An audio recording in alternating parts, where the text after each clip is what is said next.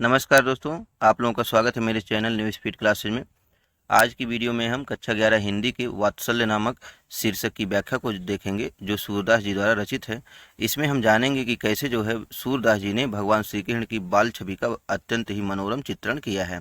तो दोस्तों, अगर हम इसके संदर्भ को देखते हैं तो इसका संदर्भ होगा कि प्रस्तुत पद हमारी पाठ्यपुस्तक हिंदी में वात्सल्य नामक शीर्षक से संकलित किया गया है। इसके जो है रचयिता कविवर सूरदास जी हैं। और हम अगर इसके प्रसंग को देखते हैं तो जैसा कि हम सभी जानते हैं कि सूरदास जी को वात्सल्य रस का सम्राट कहा जाता है और श्री कृष्ण की बाल लीलाओं का इन्होंने बहुत ही मनोरम चित्रण किया है। तो इस प्रस्तुत पद में ये जो है भगवान श्री कृष्ण की सुंदरता का यहाँ पे चित्रांकन कर रहे हैं। तो चलिए शुरू करते हैं। कह रहे हैं कि हरिजू की बाल छवि कहाँ बरनी। हरिजू, हरिजू का मतलब होता है श्री कृष्ण जी की बाल छवि, कहाँ मतलब कहाँ तक, बरनी मतलब बखान करूं यानी कि वर्णन करूं।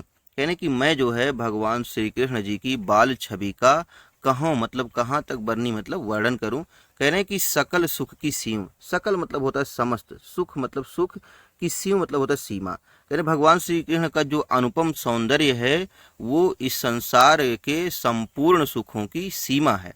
कह रहे हैं कि कोटि मतलब करोड़ों, मनोज मतलब कामदेवों की शोभा हरणी, यानी कि भगवान श्री कृष्ण के सौंदर्य ने करोड़ों कामदेवों की शोभा को हरणी मतलब हर लिया है। यानी कि भगवान श्री कृष्ण इतना ज्यादा सुंदर हैं कि इनका जो सौंदर्य है वो संसार के समस्त सुखों की सीमा है और इनके सौंदर्य ने करोड़ों कामदेवों की शोभा को क्या कर लिया है, हर लिया है।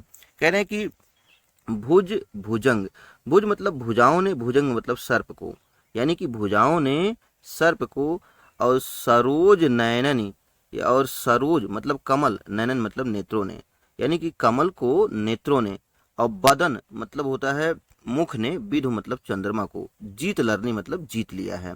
तो ये कह रहे हैं कि भुजाओं ने सर्प को और नयनों ने कमल को और मुख ने जो है चंद्रमा को जीत लिया है। यानी कि सौंदर्य में इनकी भुजाओं ने सर्प को जीत लिया है और नेत्रों ने कमल को जीत लिया है और मुख ने जो है चंद्रमा को जीत लिया है। कह रहे हैं कि इसके बाद ये सभी रहे विवरणी, जो सर्प थे वे रहे विवरणी मतलब बिलों में छिप गए हैं, और सलिल यानी कि जो कमल हैं वो सरोवर में छिप गए हैं, और चंद्रमा वे जो है नभ मतलब आसमान में छिप गए हैं, और उपमा अपर दूरी डरनी, उपमा मतलब उपमाएं, अपर मतलब दूसरी, दूर डरनी मतलब डर कर दूर भाग गई हैं।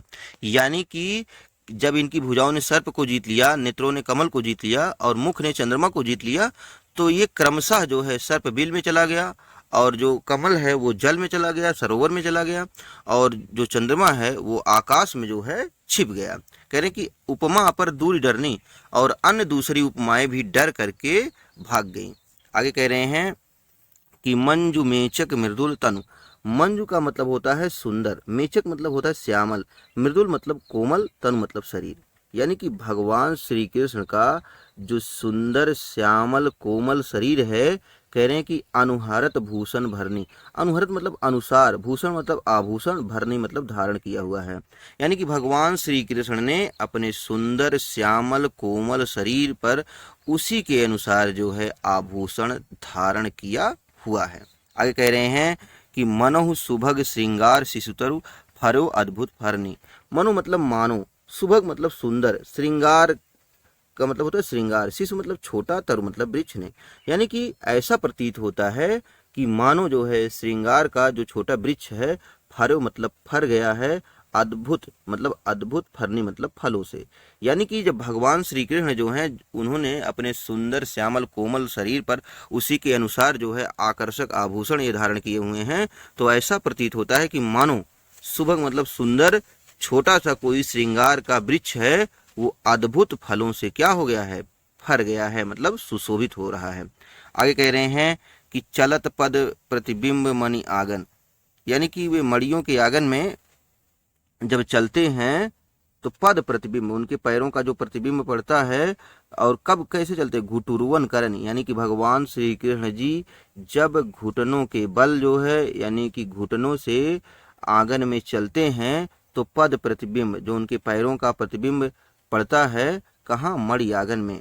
तो कह रहे हैं कि ऐसा लगता है कि जलज मतलब होता है कमल, संपुट मतलब कोश में, सुभग मतलब सुंदर, छवि मतलब छवि को। ऐसा लगता है कि कमल के कोश में जो है इनकी सुंदर छवि को भर लेती हैं। उर मतलब हृदय में, जनु धरनी, धरनी मतलब होता है पृथ्वी। यानी कि भगवान श्री कृष्ण जब घुटनों के बल मड़ियों के आंगन में, मड़ियों जड़ित आंगन में चलते हैं तो हाथ पैरों का जो इनका प्रतिबिंब उस आंगन में पड़ता है, उसको देख करके ऐसा लगता है कि कमल के कोश में इनकी सुंदर छवि को भर कर जो है पृथ्वी अपने हृदय में, उर में धारण कर रही है। आगे कह रहे हैं कि पुण्य फल अनुभवती, पुण्य फल का अनुभव करती हैं। सुतहि बिलोक, अपने पुत्र को देखकर। नंद घरनी, नंद की घरनी मतलब माँ यशोदा, यानी कि माँ यशोदा अपने पुत्र श्री कृष्ण को देख करके अत्यंत ही सुख का अनुभव करती हैं। और पुण्य फल अनुभवती, और अपने पुण्य फल को क्या करने लगती हैं, सोचने लगती हैं। कह रहे हैं कि इसलिए सोचने लगती हैं कि उन्होंने कौन से ऐसे पुण्य किए हैं जो भगवान श्री कृष्ण की बाल लीलाओं का देखने का उन्हें सौभाग्य और सुख प्राप्त हुआ। आगे सूरदास जी कहते हैं कि सूर प्रभु की उर्वशी किलकन ललित लरखरनी। सूरदास जी कहते हैं कि उर्वशी मतलब हृदय में बस गई है, किलकनी मतलब किलकारियों वाली हंसी, और ललित लरखरनी मतलब उनकी लड़खड़ाती हुई चाल। सूरदास जी कहते हैं कि बाल श्री कृष्ण की वह किलकारियों वाली हंसी और उनकी लड़खड़ाती चाल उर्वशी मेरे हृदय में बस गई है या बसी हुई है। तो दोस्तों एक बार फिर से हम इसके अर्थ को देख लेते हैं। कह रहे हैं कि हरिजू की बाल छवि कहाँ वर्णी। सूरदास जी कहते हैं कि मैं भगवान श्री कृष्ण की बाल छवि का कहाँ तक वर्णन करूं। सकल सुख की सीमा, इनका जो सौंदर्य है वो समस्त सुखों की सीमा है।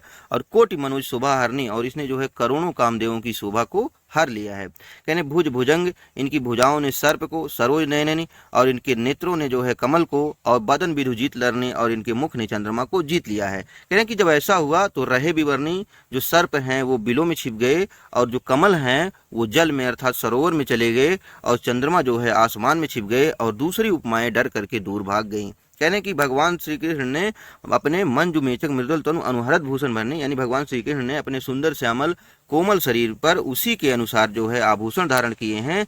और ऐसा लगता है कि मनो सुभग श्रृंगार शिशुतरु फरो अद्भुत फरने, कि मानो जो है सुंदर श्रृंगार का छोटा वृक्ष जो है अद्भुत फलों से लद गया है, फर गया है। कहने की चलत पद प्रतिबिंब मणियागन घुटुरवन करने, जब घुटनों के बल श्री कृष्ण जी मड़ियों से जड़े हुए आंगन में चलते हैं तो इनके हाथ व पैरों का प्रतिबिंब जो पड़ता है, ऐसा लगता है कि जलज संपुट सुभग छवि भर लेते उर जनु नंद उर जनु धरनी, यानी कि जलज संपुट यानी कमल के कोश में इंदर इनकी सुंदर छवि को भर करके मानो की पृथ्वी अपने हृदय में धारण कर रही है। कहने की पुण्य फल अनुभव सुतः बिलोक के आनंद घरनी, कहने अपने पुत्र को देख करके माँ यशोदा जो है अपार सुख का अनुभव करती हैं और अपने पूर्ण कर्मों के बारे में सोचने लगती हैं। आगे सूरदास जी कहते हैं कि सूर्य प्रभु की उर्वशी किलकन ललित लरखरनी।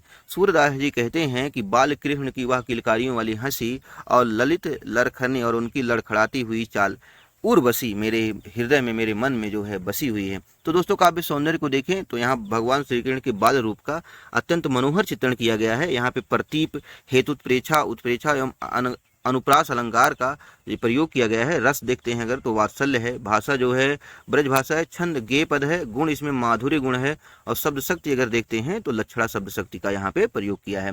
तो दोस्तों यहीं पे हमारा वीडियो समाप्त होता है। और अगर आप लोगों को मेरा वीडियो अच्छा लगा हो तो मेरे चैनल को लाइक, सब्सक्राइब एवं शेयर करना मत भूलिएगा। आप लोगों का बहुत बहुत धन्यवाद।